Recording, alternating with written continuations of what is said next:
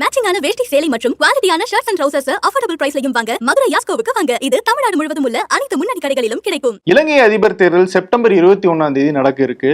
இதுவரைக்கும் இலங்கை வரலாற்றில் இல்லாத அளவுக்கு மொத்தம் 39 வேட்பாளர்கள் இந்த போட்டியில இருக்காங்க. அதுல ஒருத்தர் இறந்ததுனால இப்போ 38 வேட்பாளர்கள் களத்துல இருக்காங்க.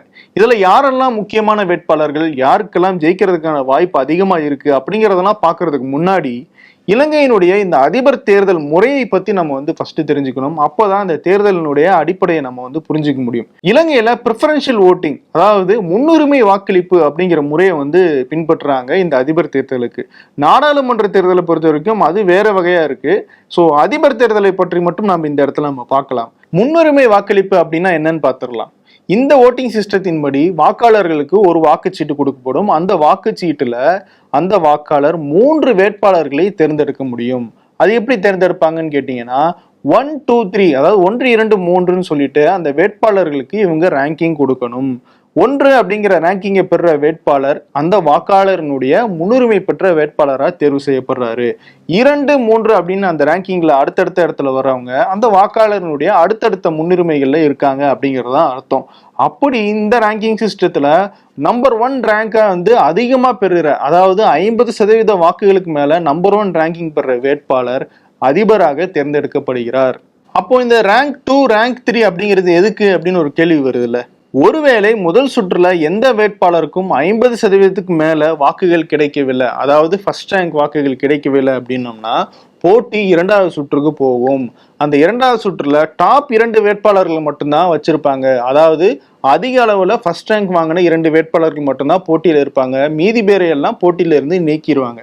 இப்போ இந்த 2 வேட்பாளர்களுக்கும் வாக்காளர்கள் 2வது மற்றும் 3வது அப்படிங்கிற முன்னுரிமையில வச்சு எத்தனை வாக்குகள் கொடுத்துருக்காங்க அப்படின்னு எண்ணி பார்ப்பாங்க. அந்த வாக்குகளையும் எடுத்து இவங்களுடைய மொத்த வாக்குகளோட சேர்ப்பாங்க. அப்படி சேர்க்கும் போது 50% எந்த வேட்பாளர்கள் கடக்கிறார்களோ அவங்க தான் அதிபராக தேர்ந்தெடுக்கப்படுவாங்க. இதுதான் இந்த ப்ரிஃபரன்ஷியல் ஓட்டிங் சிஸ்டம். இத்தனை ஆண்டுகளா இலங்கை தேர்தலில் முதல் ரவுண்டை தாண்டி 2வது ரவுண்டுக்கு போனது ரொம்ப அரிது அப்படின்னு தான் சொல்றாங்க. ஆனால் இந்த தேர்தலில் 2வது ரவுண்டுக்கு போறதுக்கான வாய்ப்பு ரொம்ப அதிகம் இருக்கு அப்படின்னு சொல்றாங்க. ஏன்னா 38 பேர் போட்டியில இருக்காங்க. கடுமையான போட்டி அந்த இடத்துல நிலவுது அப்படின்னு சொல்றாங்க. சரி, இந்த தேர்தலில் யாரெல்லாம் முக்கியமான வேட்பாளர்களாக களமிறங்கி இருக்காங்க, அவங்களுக்கு நடுவுல என்ன மாதிரியான போட்டி நிலவுது அப்படிங்கிறத இங்க நம்ம பாத்துடலாம். இப்போ இலங்கையினுடைய அதிபரா இருக்கிற ரணில் விக்ரமசிங்கே சுயேட்சையா போட்டிடுறாரு. எதிர்கட்சி தலைவர் சஜித் பிரேமதாசா எதிர்கட்சியான சமாகி ஜன பலவேகியாவுடைய தலைவராகவும் இருக்காரு, அவர் போட்டிடுறாரு. அதே மாதிரி ஜனதா விமுக்தி பெரமுனா அந்த கட்சியினுடைய அனுரா டிசநாயக்கே போட்டிடுறாரு. இலங்கை இனப்படுகொலின் அப்போ இராணுவ தளபதியாக இருந்த சரத் பொன்சேகா அவர் போட்டியிறாரு. மஹிந்த ராஜபக்சேனுடைய மகன் நமல் ராஜபக்சே அவரும் இந்த போட்டியில இருக்கார். இந்த 5 பேரும் முக்கியமான வேட்பாளர்களாக பார்க்கப்பட்டாலும் இதுல லீடிங்ல இருக்கிறது இல்ல கடுமையான போட்டி 3 பேருக்குள்ளதான் இருக்கு.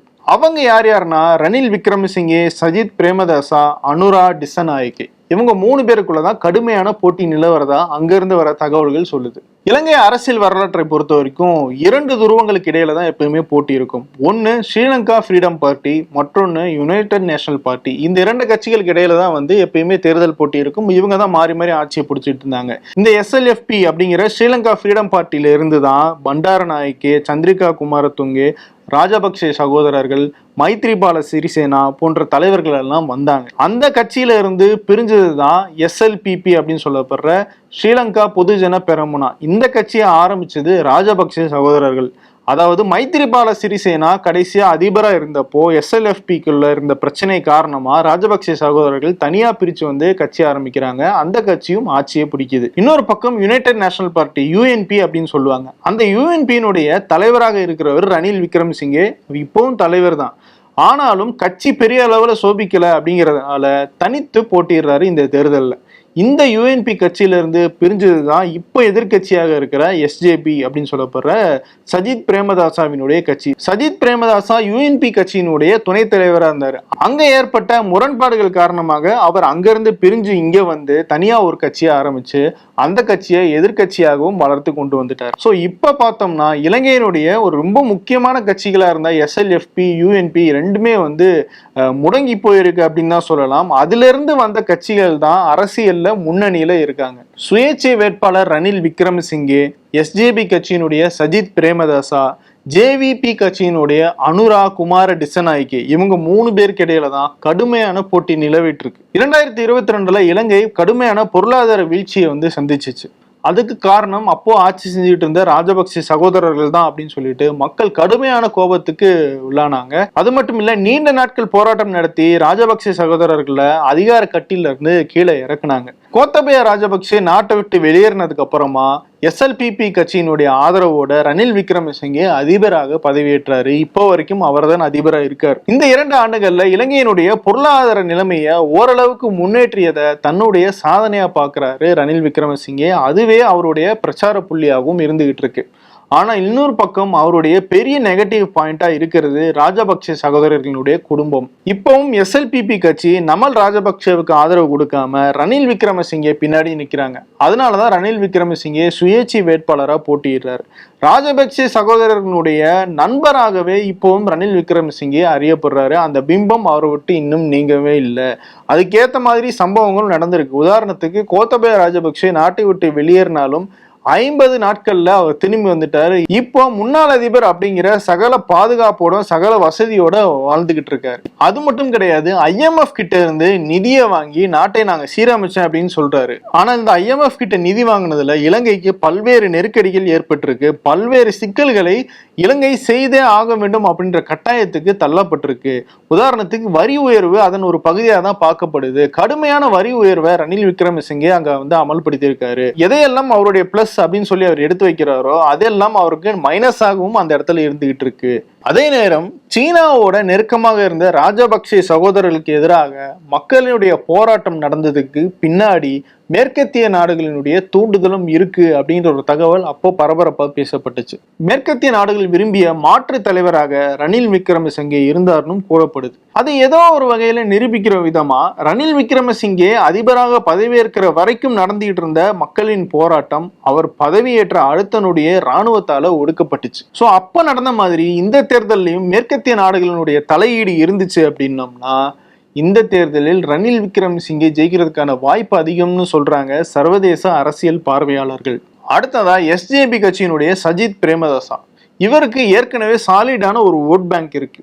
கடந்த தேர்தலில் 42% வாக்குகளை வந்து இவர் வாங்கியிருக்காரு.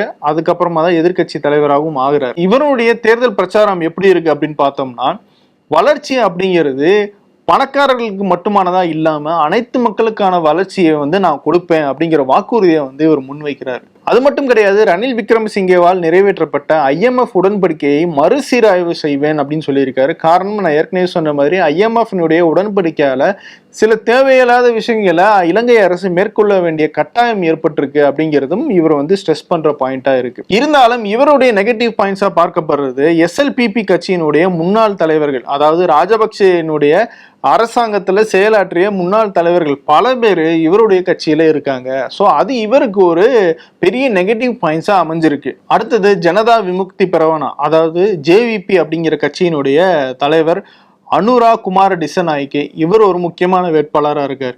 JVP கட்சியின் தலைமையில நேஷனல் பீப்புள்ஸ் பவர் அப்படிங்கிற ஒரு கூட்டணியும் அந்த இடத்துல உருவாக்கப்பட்டிருக்கு. கடந்த தேர்தலில் டிசநாயக்கே வெறும் 3% வாக்குகள் மட்டும்தான் வாங்கியிருக்காரு. இருந்தாலும் மக்கள் வந்து ஒரு மாற்றத்தை எதிர்பார்க்கிறாங்க அப்படிங்கிற ஒரு பிரச்சாரத்தை முன் வச்சு இவர் தீவிரமா களத்துல செயல்பட்டுக்கிட்டு இருக்காரு. இந்த கட்சி தங்களை இடதுசாரி கட்சியாக வந்து அடையாளப்படுத்திக்கிறாங்க. மார்க்சிய லெனினிய கொள்கைகளை வந்து பின்பற்ற ஒரு கட்சியாகவும் தங்களை வந்து அடையாளப்படுத்திக்கிறாங்க. அது மட்டும் இல்ல 1970-80களில் வந்து ஆயுத புரட்சியும் வந்து இவங்க செஞ்சிருக்கிறதா வந்து ஒரு வரலாறு இருக்கு. அதெல்லாம் இவங்க மேல ஒரு நெகட்டிவான இம்பாக்டை ஏற்படுத்திருக்கு ஒரு காரணமாகவும் அமைஞ்சிருக்கு. ஊழல் ஒழிப்பு தான் டிசநாயக்கனுடைய முக்கியமான வாக்குறுதியா இருந்துகிட்டு இருக்கு. ஆனால் இந்த ஊழல் ஒழிப்பு அப்படிங்கிறது இலங்கைக்கு ரொம்ப பழைய அழுத்து போன ஒரு வாக்குறுதி ஆனதுனால அது எவ்வளவு தூரம் இவருக்கு கை கொடுக்கும் அப்படிங்கிறது தெரியல. அது மட்டும் இல்ல, தமிழர்கள் வாழும் வடக்கு பகுதியில இவர் பிரச்சாரம் மேற்கொள்ள போனப்போ அங்க இவர் பேசின ஒரு விஷயம் பெரிய கொந்தளிப்பை தமிழர்கள் மத்தியில ஏற்படுத்தி இருக்கு. தெற்கோட ஒன்றிணையணும் அப்படிங்கிற அந்த எண்ணத்துக்கு எதிராக இந்த வடக்கு பகுதியில் இருக்கிற மக்கள் இருந்தாங்க அப்படின்னா அவங்க வளர்ச்சிக்கு எதிரானவங்க அப்படிங்கிற ஒரு அடையாளத்துக்குள்ள போயிருவாங்க அப்படிங்கிற ஒரு மிரட்டல் துணியில ஒரு விஷயத்த அவர் பேசியிருந்தாரு. அது கடுமையான கண்டனங்களை அங்க கூஞ்சிக்கிட்டு இருக்கு. ரணில் விக்ரமசிங்கேவை ஏதோ ஒரு முக்கியமான விமர்சனமா எடுத்துக்கிட்டு சிறுபான்மை மக்களுக்கு எதிராக இவர் செயல்படுறாரு அப்படிங்கிற குற்றச்சாட்டை வச்சுட்டு இருக்காரு. ஸோ இதெல்லாம் திசாநாயகவுக்கு ஒரு முக்கியமான நெகட்டிவ் பாயிண்ட்ஸா இருந்துகிட்டு இருக்கு.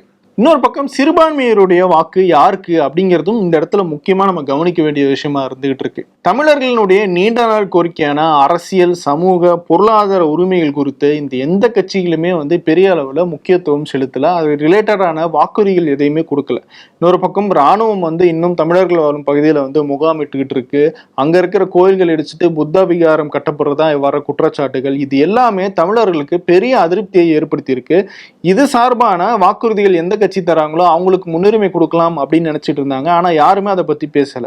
அதனால தமிழர்கள், அங்க இருக்கிற தமிழர்கள் சார்ந்த கட்சிகள் என்ன பண்ணாங்கன்னா, பொதுவான ஒரு வேட்பாளர் அப்படின்னு சொல்லிட்டு அரியநேத்திரன் அப்படிங்கிறவரை ஒரு வேட்பாளரா நிறுத்தி இருக்காங்க. இன்னொரு பக்கம் இலங்கை இனப்படுகொலைக்கு முக்கியமான காரணமான ராஜபக்சே சகோதரர்கள் மேல தமிழர்களுக்கு இன்னும் அதிருப்தி இருக்கிறதுனால அவங்களுக்கு எதிராக தமிழர்களுடைய வாக்கு எப்பயுமே இருக்கும். ஆனால் இந்த முறை ராஜபக்சேவினுடைய SLPP கட்சியிலிருந்து பெரிய வேட்பாளர்கள் யாரும் இல்லை அப்படிங்கிறதுனால அவங்களுக்கு எதிரான வாக்கு எல்லாம் SJP கட்சியினுடைய சஜித் பிரேமதாசாவுக்கு போறதுக்கான வாய்ப்பு ரொம்ப அதிகம் சொல்றாங்க. ஸோ தமிழர்களுடைய வாக்குகளை பொறுத்த வரைக்கும் ஒன்னு சஜித் பிரேமதாசாவுக்காக இருக்கணும், இல்லாட்டி பொதுவான அந்த தமிழ் வேட்பாளர் அரியநேத்திரனுக்காக இருக்கணும் அப்படிங்கிறதா அங்க இருந்து வர தகவலா இருந்துகிட்டு இருக்கு. மற்றொரு புறம் மலையக தமிழர்களுடைய வாக்குகள் சஜித் பிரேமதாசாவுக்கு தான் அதிகமா கிடைக்க வாய்ப்பு இருக்கு அப்படிங்கிற தகவலும் வந்துகிட்டு இருக்கு. இன்னொரு பக்கம் இஸ்லாமியர்களுடைய வாக்குகள் அதுவும் பிரேமதாசாவுக்கு சாதகமா இருந்துகிட்டு இருக்கு. ஏன்னா இதுக்கு முன்னாடி கொரோனா டயத்துல இஸ்லாமியர்கள் மேல பல வெறுப்புகளை ராஜபக்சே அரசே மேற்கொண்டாங்க. அது இல்லாம அவங்களுக்கு கடுமையான மன அதிருப்தியையும் காயத்தையும் ஏற்படுத்தி இருக்கு. அந்த வாக்குகள் எல்லாம் சஜித் பிரேமதாசாவுக்கு வாக்கா மாறதுக்கான வாய்ப்பு அதிகம் அப்படிங்கிறது அங்க இருந்து வர தகவலா இருக்கு. ஸோ இதுதான் இலங்கை தேர்தலினுடைய கள நிலவரம். நான் ஏற்கனவே சொன்ன மாதிரி வெளிநாடுகளினுடைய தலையீடு இந்த தேர்தலில் இருந்துச்சு அப்படின்னம்னா அங்க சுமூகமாகவோ அமைதியாகவோ தேர்தல் நடக்கிறதுக்கான வாய்ப்பு ரொம்ப குறைவு அப்படின்னு சொல்றாங்க அங்க இருக்கிற அரசியல் பார்வையாளர்கள். அது மட்டும் இல்ல, இந்த தேர்தலும் கொஞ்சம் காம்ப்ளெக்ஸ் சிஸ்டமா இருக்கு. அதாவது இந்த ப்ரிஃபரன்ஷியல் ஓட்டிங் அப்படின்னு சொல்ற அந்த ரேங்கிங் சிஸ்டம்ல சாமானிய மக்கள் எவ்வளவு தூரம் சரியா வாக்களிப்பாங்க அப்படிங்கிற ஒரு சந்தேகம் தேர்தல் ஆணையத்துக்கு இருக்கு. அதனாலதான் தேர்தல் ஆணையமே அங்க மக்களுக்கு பாடம் எடுக்கிற நிலைமை ஏற்பட்டிருக்கு. இன்னொன்னு 38 வேட்பாளர்கள்ன்றதுனால இந்த ப்ரிஃபரன்ஷியல் ஓட்டிங் சிஸ்டத்துல கண்டிப்பா இரண்டாவது சுற்று ஓட்டிங்கும் போகும் அப்படிங்கிறதுனால இது எல்லாமே ஒரு குழப்பத்தை அந்த இடத்துல ஏற்படுத்துறதுக்கான வாய்ப்பு ரொம்ப அதிகம் அப்படிங்கிறது அங்க இருந்து வர தகவலா இருந்துகிட்டு இருக்கு. ஸோ இதையெல்லாம் தாண்டி மக்கள் யாரை தேர்ந்தெடுக்கிறாங்க அப்படிங்கிறத நம்ம பொறுத்திருந்து பார்ப்போம். இலங்கையினுடைய எதிர்காலம் யார் கையில் இருக்க போகிறது அப்படிங்கிறதையும் காத்திருந்து பார்க்கலாம். நன்றி. இன்னொரு நிகழ்ச்சியில நிறைய தகவல்களோட உங்களை மீண்டும் சந்திக்கிறேன். நான் உங்கள் வெங்கடேஷ். வேட்டி சேலைய மேட்சிங்லயும் மற்றும் குவாலிட்டியான ஷர்ட்ஸ் அண்ட் ட்ரவுசர்ஸ் அஃபோர்டபிள் பிரைஸ்லயும் வாங்கணுமா? அப்போ மதுரை யாஸ்கோவின் ஷர்ட்ஸ் அண்ட் ட்ரவுசர்ஸ்ல தான் வாங்கணும். இது தமிழ்நாடு முழுவதும் உள்ள அனைத்து முன்னணி கடைகளிலும் கிடைக்கும். உனக்கும் எனக்கும் வேஷ்டியும் சேலையும் இனி என்றும் ஒன்றாய்.